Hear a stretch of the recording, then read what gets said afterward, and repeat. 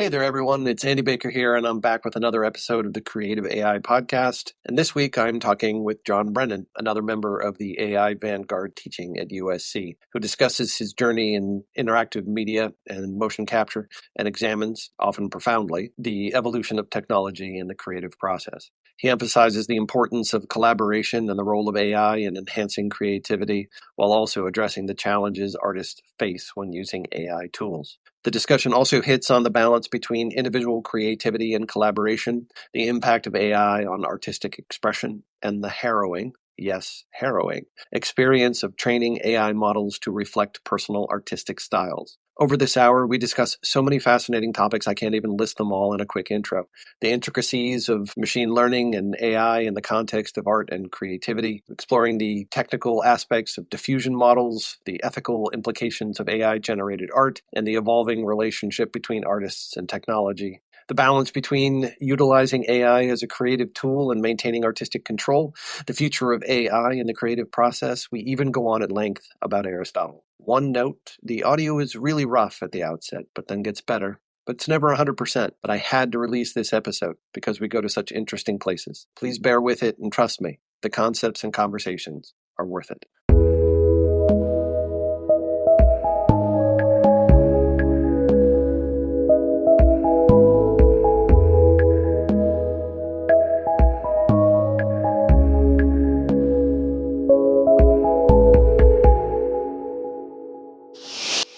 I am on here with John Brennan. He is from USC. He is a professor there, and I've had the opportunity to talk to a couple of other people in that program, and they are doing great, wonderful, and amazing things. So I'm going to let John introduce himself to you, and let you know what he has been up to, and we will go from there. So, John, introduce yourself.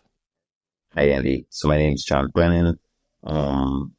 I started as an interactive media student at USC, one of their first interactive media students. And all of my work was usually in game engines. It wasn't quite games, but it was using real-time game engines. And it took me a while to realize that like what I'm really interested in is sort of, making sense of kind of like new technological spaces and like how how selfishly I'm supposed to fit into them, how I want to work in those spaces. And then I've been called upon to design how other people ought to work in those spaces. And I've had some experience with those things, but the common thread is that like I'm interested when things are especially unsettled. I'll put it that way, Yeah. Well, go ahead.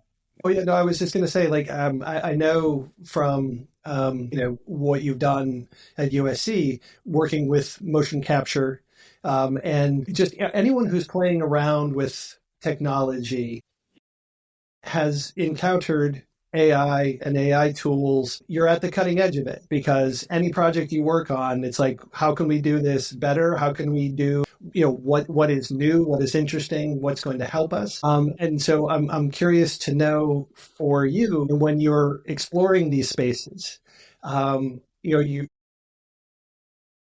walk us through a little bit about your adoption of the tools and your observation as the tools have become more a part of your process. That's a good question. When I started, I'm glad you brought up motion capture because when I started with motion capture, that was when Zemeckis was starting with motion capture. And so he himself donated these cameras and came and taught the class at school. I don't know, this was probably 2005 or something, 2000. And even by then you could maybe argue that mocap was getting sorted out, but it was kind of, it was a new thing. There was a lot to still figure out there. And so that made it a little bit exciting. But very quickly, I will point out to you that, motion capture is a way to get animation and, the arguments about, what is it suitable for? What kind of animation ought it to be used for? Is it replacing animators? Is it destroying an industry? Does it just create a desire for more of that content and fuel people's desire for it? Those are all like super interesting questions. And I was inducted into those questions. And at the very beginning, I was able to teach to that. But where I went and where some other people that worked with me went was immediately into kind of the next problem, that you would see solved on the avatar stages. Like, what do we need to do on a mocap stage to help visualize and interact with these worlds that are just ideas? rather than shooting them in like blue, green, infinite wastelands all the time and just, stealing all the movie magic out of a movie and putting it in post. Where, the best part of making a film for a while there, when things shifted to digital became post, and shooting in the moment became anemic and horrible. And the mocap stage was a place where that something could be rescued. You know what I mean? Where like we could make virtual cameras and, I could work with a cinematographer or a director so that they would see the world. And then we could move on to let other parts of the crew members see the world. To see the world in this case, that needs a real-time game engine. That's the only thing that could deliver a world on demand so that people could interact with it. So that's where I kind of like merged in. And that's where it gets kind of conflated with ideas like previs, which are related ideas that we all need to get on the same page and we need to have a rough draft space. But building tools where mocap interacted with or intersected with interactive media and real-time game engines is really where I found a home for myself.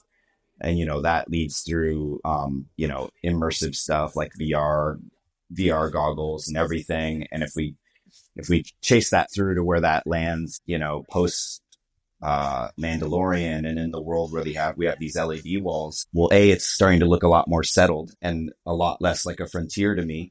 And some of those lessons that we can pull from that about being able to work and have a place for serendipity where that can happen and we can make accidents and we can kind of keep everybody on the same page.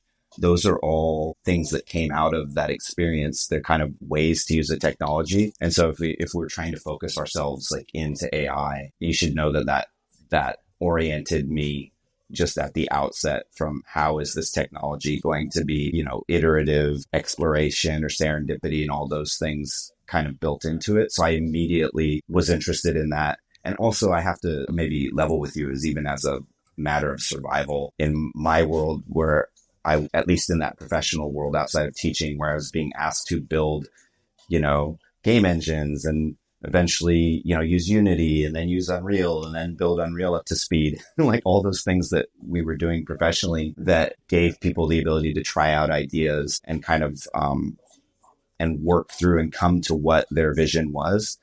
It's hard not to see AI being the next step of that.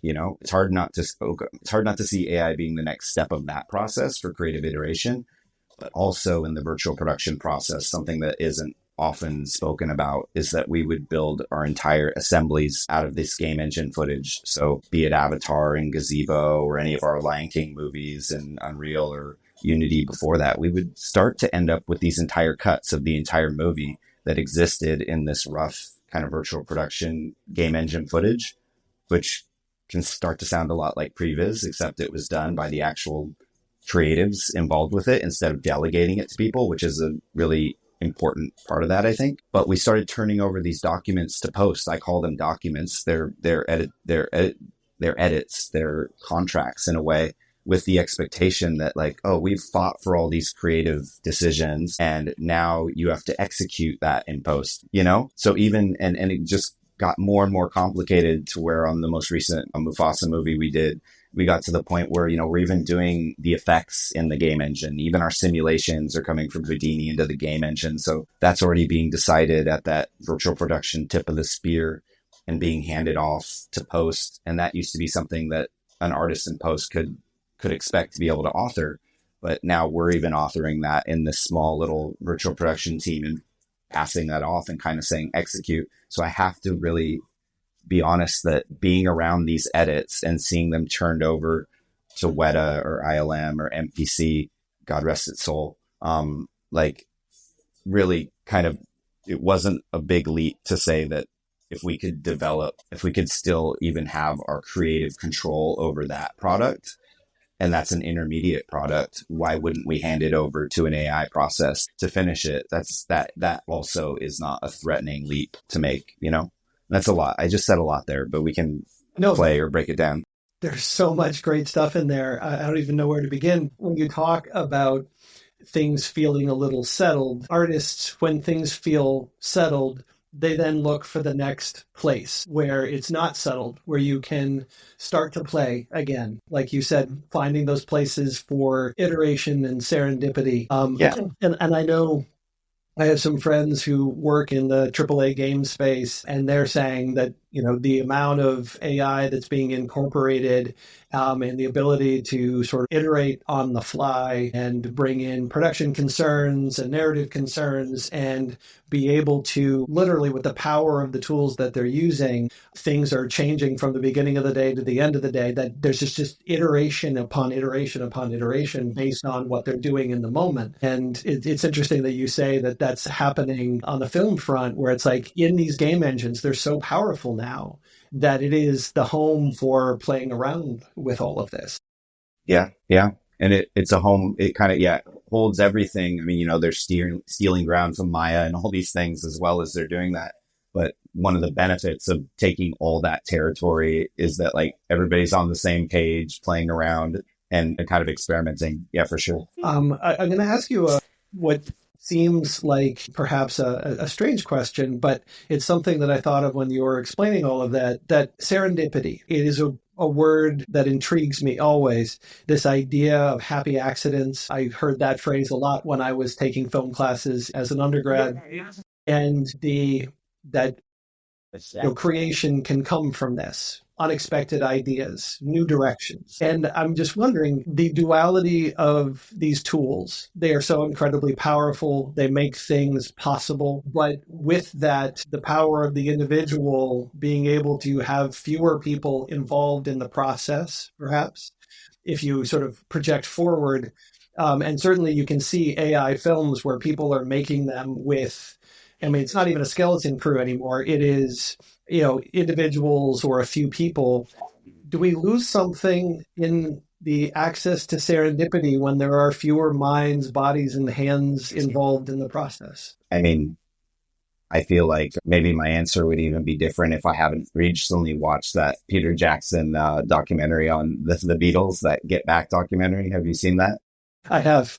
Oh, it's just, where Paul comes in because John is 10 minutes late and starts, strumming and trying to figure out Get Back for the first time. And everybody else like quickly stops speaking and like then, and, Ringo starts clapping and going along and George starts, riffing with it. So yeah, I think if you were in an echo chamber with just only with yourself, that could be a little bit of a problem. You'd be losing these possibilities. You wouldn't want to do that. That would be like almost like oversolving the problem, wouldn't it? To get to that point, like we do. It's funny because that's always been a dream of some of this. Like even back to the original motion capture stage, the idea is like, oh, I'm just going to do these animations, and I'm just like not going to need. For me, this is so antisocial. I'm just not going to need to bother any animators to help me. And I'm not going to need to like get someone's permission to film it. It's just going to be me. So you are correct in pointing out that like, at least at the single artist level, there's something very compelling about being a one-man band. But we're also talking about, when I'm talking about, if you're talking about AAA game studios or these movies, you're talking about massive organizations, at least on some of the movies where I'm at, where directors start feeling like CEOs or like C-level executives in some sense, even though it's so unfair to say, but within the metaphor of how many people they're working with and how hard it is to get the vision to everybody and who's checked in and who's checked out and is everybody on the same page. So yeah, and solving that problem, like solving it technologically so well that you've like removed the need for collaboration, I think is not necessarily a problem, but I think the collaboration that you would have should be, your mates, It's interesting when you talk about the C-suite executive. I harken back to Spielberg talked about it at one point. He's like, I get to be creative until we start shooting, and then I'm a general. And yes, I'm giving I can orders. attest to that. Yeah. I've been under his general's like lanyard, so I can understand that, No, you finish it though. I'm curious. I shouldn't have interrupted. I was so curious where you were going with that though. Oh yeah, no, absolutely. It's just that idea that there are 1,000 decisions to make. You hope you get most of them right, but you're directing your foot soldiers and your various commanders to help you convey the information that everyone needs to have in the moment. Yeah, I do have something to say to that. Yeah, Could I of say course. something to that? Like one of the jobs that like became apparent in the beginning when I was building virtual cameras and building those tools was then somebody needed to operate the virtual camera with the director or with the cinematographer. And my first experience was with Bill Pope. And I was very fortunate that it was him just because of his personality and his patience and his generosity. But man, you don't want to be some logistical person between an artist and their art form. Like technology actually made that necessary. Like he would use the virtual camera, but there were all these gags and options and functionality that he needed me to be there, like to be his kind of co-pilot on. And that's fine. In a way, virtually, I was replacing his whole camera crew. But, and you mentioned Spielberg, even going through to Spielberg, part of what I learned as I went from film to film is that I started trying to make my footprint less and less because I didn't want to stand between these people and the shot that they were trying to get. You know what I mean? Like if it needed me and I was adding real value, which you do as an operator, that is like a really tough job that exists in virtual production. A camera operator is a big deal. Those people are like, they're like fighter pilots in a way. Like they're very on the ball. They're stimmed up and they're absolutely necessary. But as you sit in that role for a little bit, you start to see like, oh, this is dicey because I'm standing between someone and their intuitive contribution to an artistic process. Like imagine I'm going to pick up a pencil and draw, and I have that moment with me and the paper and my intuitions to have to go through another human to draw. Like, it can work. You can find the right recipe, but that gets frustrating sometimes on the level that doesn't feel like a collaboration. In the best sense, it can be like a collaboration.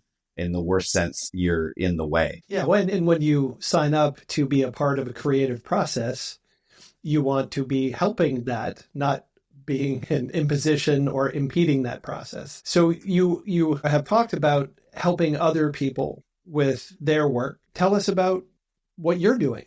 Like what kind of work you're doing. And, again, you're playing with these tools. I'm curious about your work, and then we'll move into the teaching side of things, because that also fascinates me, because you're talking and helping people who are new to all of this find their way. But what are you playing with, and what are your thoughts and feelings about the way things are evolving? In terms of AI tools, or just the whole gamut of everything we've spoken about? Gamut. With AI as a focus, but just in general, that active creation, because it's all a part of it. Well, to start with, like, I love to draw. Like, I spend a lot of time drawing. So I draw and paint and do those things, and there's like a lot of satisfaction there. When I started playing with game engines, and by that I mean, ripping their guts out and modifying them and, tearing them apart, it was to kind of see and experience spaces or moments that I was compelled to do. I remember very early on in undergrad, and this was like a very, sort of edgy, controversial thing to do. But I remember me and the couple people that I did it with, I remember right after 9/11 happened, we rebuilt part of a scenario of being in one of those towers when a plane hit in Unreal. And we stripped away all the guns and the score and all of the kind of the gamification of the thing to kind of make it just like a more pure kind of attempt to recreate. We didn't really know what we were doing, but having the freedom to do that. And you can look back on it and analyze it and say like that was like a psychological process or a way to come to grips with something. But that felt intuitive, that felt like something to explore. So I guess I would say when it had to do with game engines and then VR, I was interested in things I hadn't seen done. And so if we're coming from a game context, I'd seen a lot of killing, I'd seen a lot of shooting. I hadn't seen a lot of documentary, so I got involved in documentary. I got involved in building real world spaces and events before that was a thing that became called like serious games and all of that. And as we move through that, more towards AI, because I'm very fascinated by drawing in my own artwork with AI, I was very much not engaged when I saw it as a series of prompts and prompt engineering and such.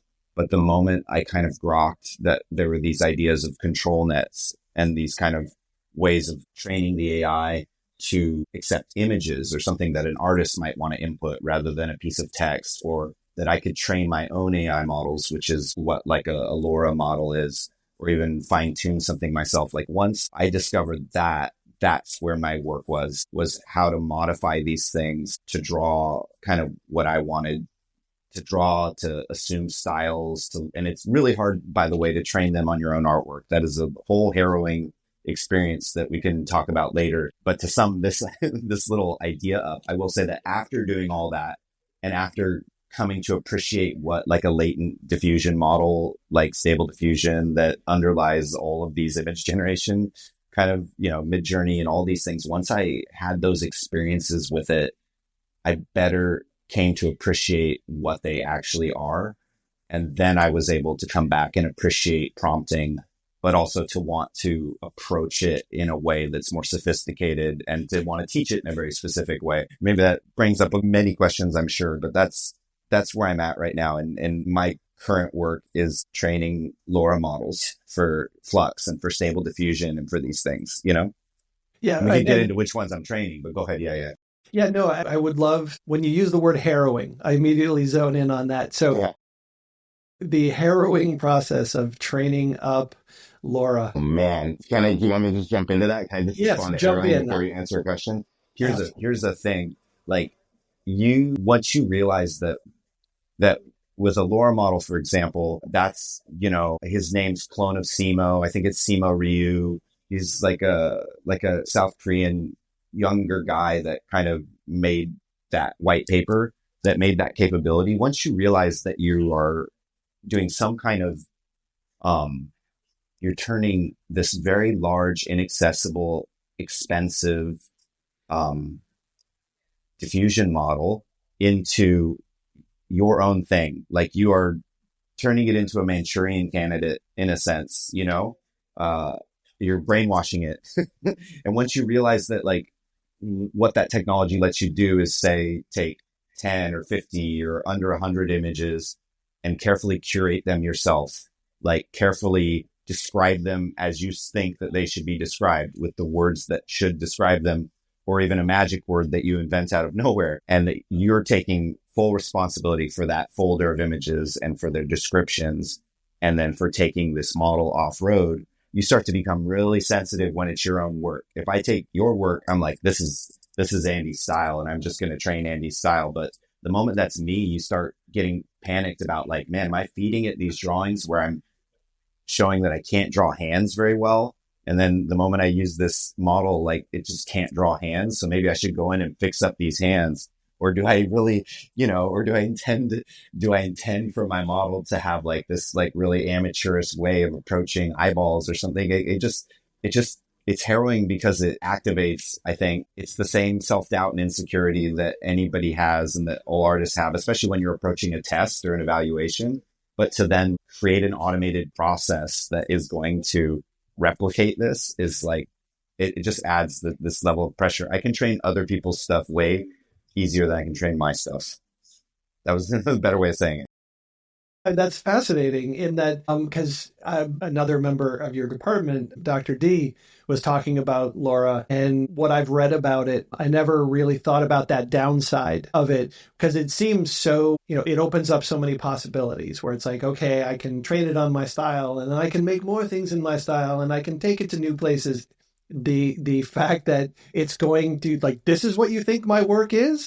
Yes. You're pointing out all of my deficiencies and there they are right in front of me. But I have to say, though, that I've used ChatGPT to develop screenplay ideas, just to play with the tools to find out what is it capable of now versus what it was capable of 6 months ago. And I'm feeding in my ideas and asking it for feedback, or like trying to gauge its understanding of like my tone, my voice, and what I'm going for. And you get that feedback and you're like, oh my God, I'm terrible. I'm the worst. Like, if this is what comes out when it's trying to be me or trying to give me feedback, then what the hell's wrong with me? I understand. Yeah, I understand. Yeah. And what did you give it the most nuanced look at yourself, or did you just give something that's too much of a broad stroke? And so you were unfair to yourself in a way. Yeah. Because how you present it and how you train it matters. It matters. Yeah, 100%. I learned that right quick, where it was like, okay, I need to feed you more and we need to converse a little more. We need to get into the nuance. And you get to a place, where it's like, okay, you have a stronger sense, but I understand now what you mean about harrowing, where it's just like, okay, I'm putting up the mirror, and I don't like all that I see. Yeah. But so you also talked about stable diffusion, and I know that's, or I believe that's an area of your work. One, just because not every one who's listening to the podcast is 100% aware of all of the tools and all of the capabilities. Walk us through that a little bit about that process of image generation, what that looks like, how it happens, because you strike me very much, and you've mentioned it, as somebody who likes to dig into the tool, like dig in, tear it apart, reassemble it, understand exactly what it's doing and how it's doing it. Yeah.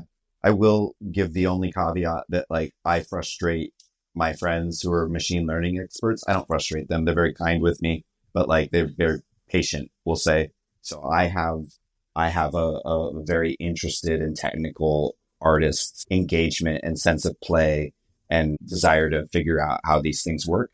So I will try to limit myself to some humility when I'm describing this, rather than, acting as if I am the machine learning expert.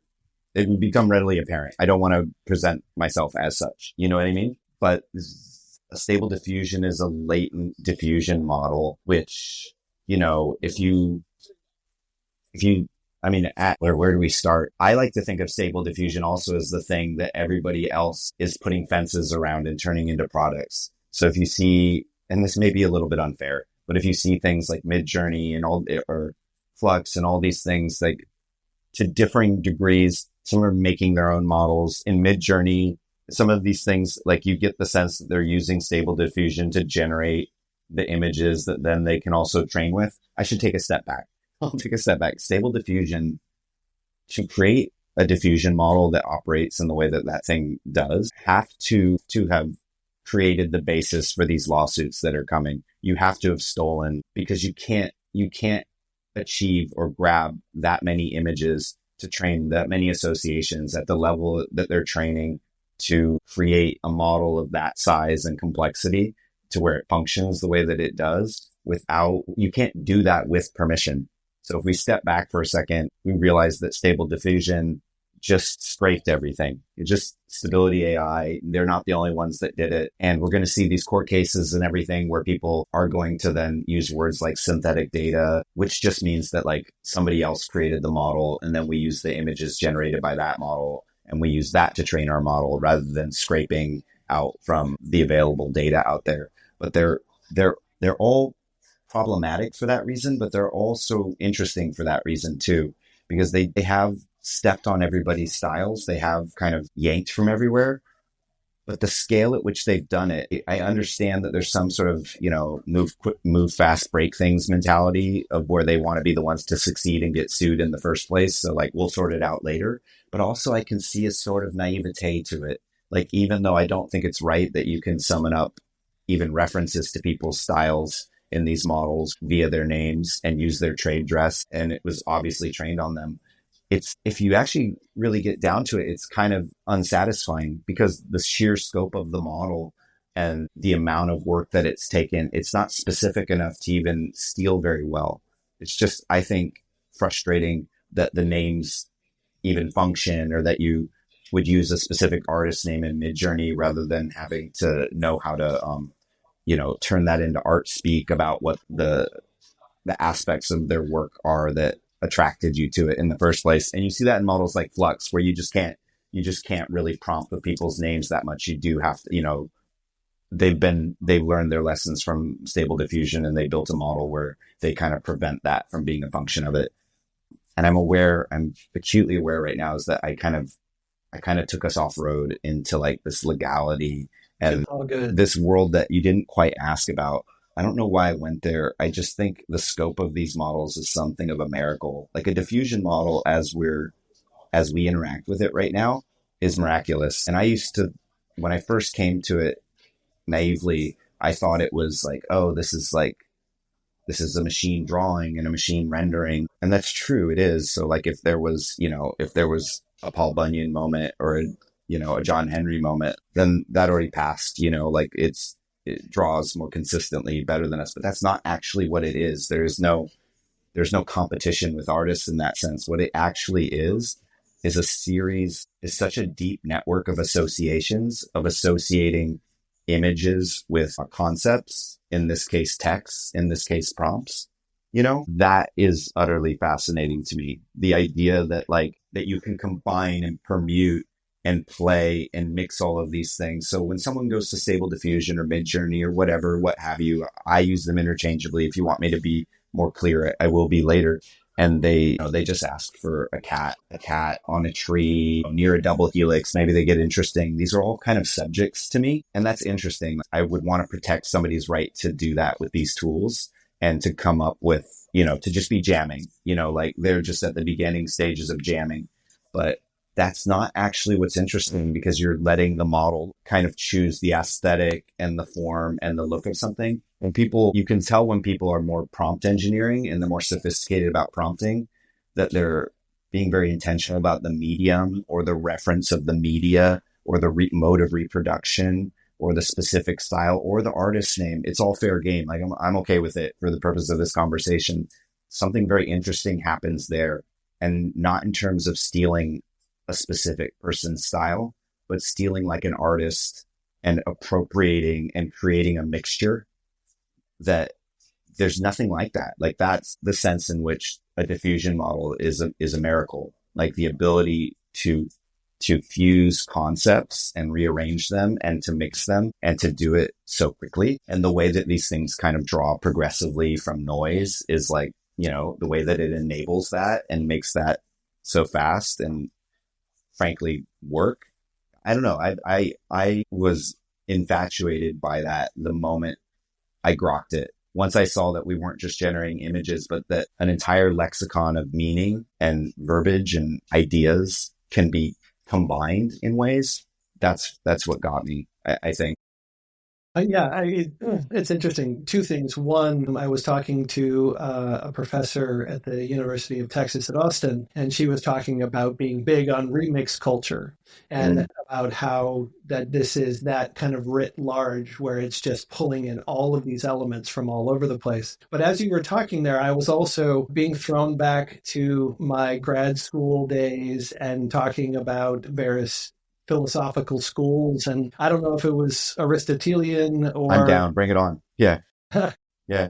There is the word, there is the thing or the representation of the thing. And I am struck often when I am prompting that I'm engaging in that discourse, because it's going to give me a representation of a thing based on what it collectively, from all this information that it has scraped and it is aware of, these are the sea of ideas, and you give it a word and it creates a thing. And it's this very deeply philosophical exercise. I honestly believe that when it spits it out and you see it, that sense of giddiness or wonder that sometimes hits you when you're playing with these tools, it's because I'm engaging in this discourse of creation that I didn't know I would ever get to play in quite this way.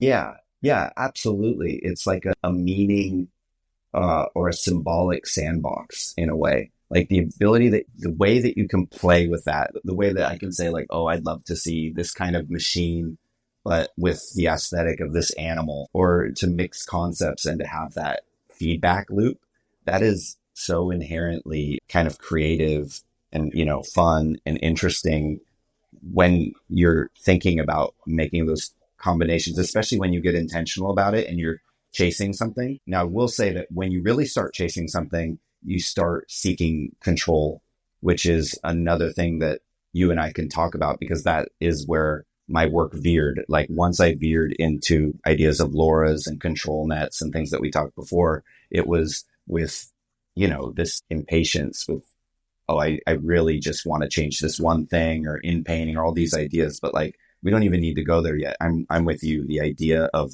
even before control, just as a space of inspiration, it's rad. And I would add, if you would let me, is that I did not pay enough attention to Duchamp, for example, when I was in undergrad.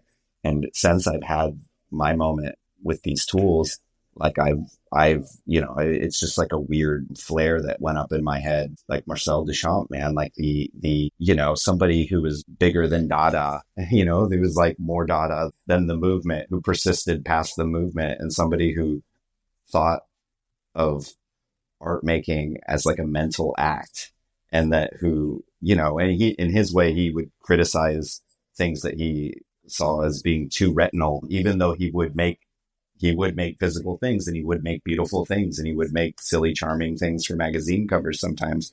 But like the idea of the conceptual sophistication, and in this case, I'm speaking for him, which I probably shouldn't do, but I will do it. But I think that like that response to, modernity, to manufacturing, to commodification suggested that route to that human being to me when I look back at it. And so I just see in the art world, and, it's gone a whole conceptual route since him. I just see that like these topics and these boundaries and a lot of these ideas have been like, they've been kind of jousted over. People have been contending with those ideas. And so when I see this thing that's so good at being retinal and so good at generating all these images, I just wonder, how can we be sophisticated enough to use it, to really, really make use of it? That was such a long way of saying what you said, but I'm really saying I agree with you. He just kind of got me thinking about like, yeah, how do we approach this, Yeah, and it is interesting. I know I've talked to a number of people now where they talk about there's a sort of a singular aesthetic which seems to emerge from a lot of the models because they're all sort of scraping from the same things, but that more and more now people are developing tools to differentiate themselves, do different things. Yeah. But you kind of worked them, they worked themselves to a place where of the veneer of perfection, and you had to go in and sort of put in imperfection to have it be something more resembling the world that we live in. And I'm always struck by that when I play around with generating images, just because I play with the tools just out of joy, because I am not a visual artist. I see things and I write them, and the video games I work on, and I coordinate with artists, but I don't have that skill within me. But now there's this tool and I play with it, and it's this sense of like, oh, wow, this is amazing and it's beautiful, but it also doesn't feel necessarily like it emerged from a singular artistic, like I would rather sit down with an artist for 15 minutes and work together to come up with something than to spit out all of these AI images that feel like you're trying to interpret, like you were saying, I'm in this symbolic sandbox, but it's not quite ending up. You're like, I'm giving you the words and you're giving me images back, but we're not quite there yet. But it keeps taking these steps towards something magical. I'm with you. I mean, the idea that you brought up about, there's two ideas that are close together. There's the idea of being too perfect or being too flawless or not, lack of blemishes. And then there's also the idea of just being too much of an average. Like it's the AI art style rather than a more interesting style. And those are very evocative, because even everything, even virtual production and virtual cameras, that's a concern, is that like, Spielberg, all name drop, Spielberg asks to be attached to a character in his film, because that's one of the ways we kind of grappling hook onto characters sometimes to do dolly moves in virtual production. But like, even as he says that, I would do things that he wouldn't ask for. I would take that grappling hook and I would mess it up, and I would offset it by a couple frames forwards or backwards. And I certainly wouldn't ask him about this, and he would only know if it annoyed him or I made a mistake. But I would attach 5 frames earlier if I wanted to like precede the character and he was shooting back at it and we were leading the character as the cameraman. Or if we were chasing it, I'd push us a couple frames afterwards so that it would be slightly imperceptibly, so that we would follow after the character. And I tell you, I've seen virtual production movies and cameras where I can tell that somebody didn't do that, like where they just straight up attached to a character and you were in lockstep with one of their hip bones or something. And so just methods of doing that, or just adding a little bit of noise to the path, or adding something because you're trying to get away from this digital perfection and more towards this analog sensibility. or even, back to the original days of Photoshop before I feel like everybody figured out the idea of a brush system and the ways to get these aesthetics, and everything looked like Photoshop, which everything looked like airbrushed in a certain sense, a certain kind of digital airbrushing. So I'm very cognizant of that. That is one of the things that drives you to Allura, for example. But, in the same way, it also points towards some of that sophistication we were talking about. Like if you know how to wield like Midjourney, if you jump into that Midjourney scrum, nowadays people have their own Midjourney accounts, which is like rad. And it's also a shame because you get cornered in your own little interface. But when I started, I don't know, whatever it was, like 2022 or 2023, yeah, you could, you would just jump into a Discord and you see everybody's generations in the same space. And I would say that, like, yes, everything had an AI aesthetic, but then some people had something else going on. They were pushing it in a different direction. And it was their ability to know which, words of power, which tokens to push towards to get a certain sort of Kodachrome 70s stock out of it, or to get a certain vibe that a certain illustrator or comic artist had. And it's still always a problem because those large models are such a game of averaging. Like, this is a separate tangent, but I would argue when you're training something at that scale, there's so much averaging and connection between these ideas and bleeding between all of those things that, to me, this is contentious. That's one of the arguments for why to go beyond prompt engineering and even sophistication at that level, you do want Allura. That's why an artist does want Allura, because you are now taking responsibility for training something specific over this, like we said, like this monumental castle, this monumental miracle of all the millions of dollars and all the stealing of images and all of the sophistication that trains something at that level. And you're saying, like, I can take these images with their imperfections and my idiosyncrasies, and I can kind of make that the mode of the model. So just agreeing with you, those are like massive concerns. It's no wonder that we're both thinking of them. And that's probably why I started walking down those paths, because I was trying to answer these questions. Like, how do I get around that problem? How do you do it in this arena, Yeah. Oh, then it's interesting. You use the word average a few times in there. And what struck me and has struck me when I've generated some images is that I'm swimming in a sea of beautiful mediocrity. Yeah. Like, it is average. Yeah. And yet a miracle still.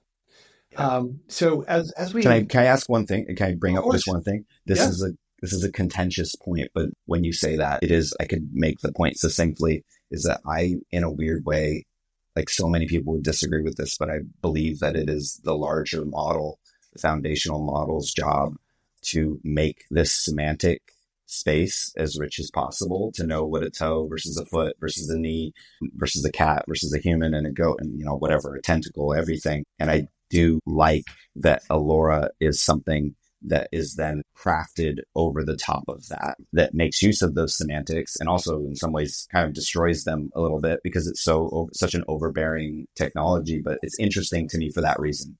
I'll just leave it there. Yeah. It's fantastic. So, and I agree. It's